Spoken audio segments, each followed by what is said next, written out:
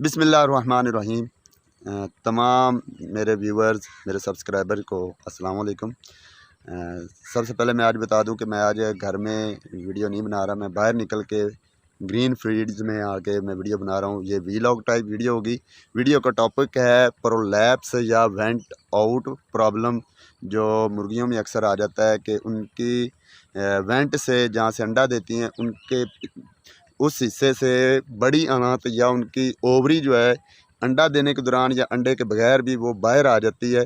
तो ये अमूमन जो है मोर्टेलिटी का भी सबब बन जाती होती है। अगर इसे बर वक्त इसका इलाज ना किया जाए, इसका सदेबा बर वक्त ना किया जाए, तो ये मोर्टेलिटी का भी सबब बन सकती है। तो वेंट आउट प्रॉब्लम यही है कि या तो अंडा देने के दौरान या अंडे के अलावा भी मुर्गी की जो बड़ी आंत होती है, एक लोथड़ा सा बड़ा सा एक थैली नुमा चीज़ उसके अंडा देने वाली जगह से बाहर निकल आती है और उस पर खून भी लगा होता है, बाज़ औक़ात ब्लीडिंग भी होती है। तो ऐसी मुर्गी, अगर ये घरेलू मुर्गियों में बहुत कम मसला आता है लेकिन कभी कभार आ जाता है। पिछले दिनों मेरे एक सब्सक्राइबर ने मुझे व्हाट्सएप पे मैसेज किया, उसने अपनी मुर्गी की मुझे पिक्चर भी सेंड की। उसने कहा मैंने तो ज़िबा कर ली, लेकिन इसकी वजह और इसका इलाज बता दें ताकि आइंदा जो है किसी के साथ अगर प्रॉब्लम हो तो वो बर वक्त उसको ट्रीटमेंट कर सके उसका। सबसे पहले मैं बता दूं कि इसकी वजह क्या है। ये प्रोलैप्स प्रॉब्लम या वेंट आउट प्रॉब्लम जो आता है, इसकी वजह क्या है।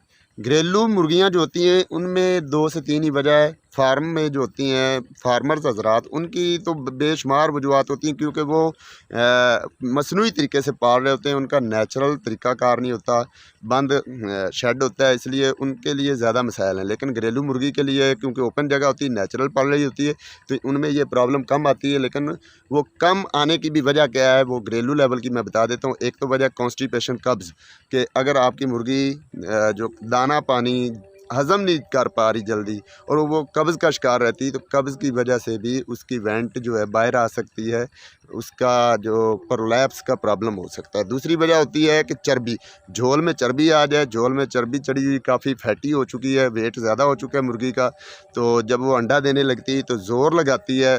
जब वो ज़ोर लगाती है तो वेट ज़्यादा होने की वजह से अंडा जो है वो उसके साथ साथ जो है उसका अंदरूनी पार्ट भी बाहर आ जाता है, ओवरी बाहर आ जाती है अंडे के साथ, या अंडा नहीं निकलता, अकेली ओवरी बाहर आ जाती है, या अंडा अंदर ही टूट जाता है। तो ये सब भी प्रोलैप्स ही कहलाएगी और इसकी वजह चर्बी होगी। दूसरी वजह ये भी होगी कि आपकी मुर्गी जो है उसमें इम्यून सिस्टम उसका डाउन है, उसमें विटामिन्स की कमी है, उसमें उसकी खुराक बैलेंस्ड नहीं है। उसकी खुराक आप बहुत ज़्यादा हैवी किस्म की दे रहे हैं, जिसमें एनर्जी तो बहुत ज़्यादा है लेकिन उसमें विटामिन्स की कमी है, उसमें प्रोटीन्स की कमी है। तो ये भी आपने अपनी मुर्गी की डाइट को भी बैलेंस करना होता है, वरना इस वजह से भी प्रोलैप्स की प्रॉब्लम आ जाती है। तो अब चलते हैं कि इसका इलाज क्या है। अगर आपके साथ खुदा न खास्ता, अल्लाह ना करे, आपके साथ ऐसा हो कि आपकी कोई कीमती मुर्गी, उसके साथ ऐसा प्रॉब्लम हो। पहली बात तो मैं यहाँ पे बता दूं कि अगर आपकी मुर्गी इतनी ज़्यादा कीमती नहीं है तो बेहतर है उसे ज़िबा कर लें, क्योंकि ज़िबा कर लेंगे तो ज़्यादा बेटर है, क्योंकि इसमें बचने के चांसेस भी जो हैं वो 50% है। दूसरी बात यह है कि ये एक खजालत वाला काम है, बड़ी मेहनती काम है। अगर आपकी मुर्गी जो है ज़्यादा कीमती है तो फिर आप ये कोशिश करें उसको बचाने की, वरना ज़िबा कर लेना ज़्यादा बेटर है।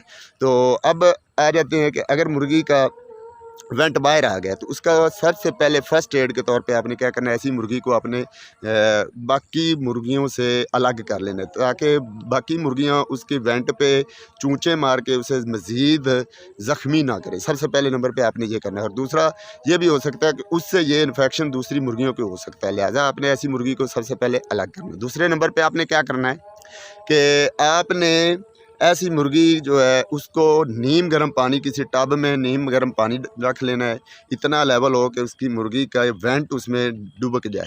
तो आपने तकरीबन 10 मिनट तक मुर्गी की वेंट को नीचे रख के उसे डुबकोए रखना है।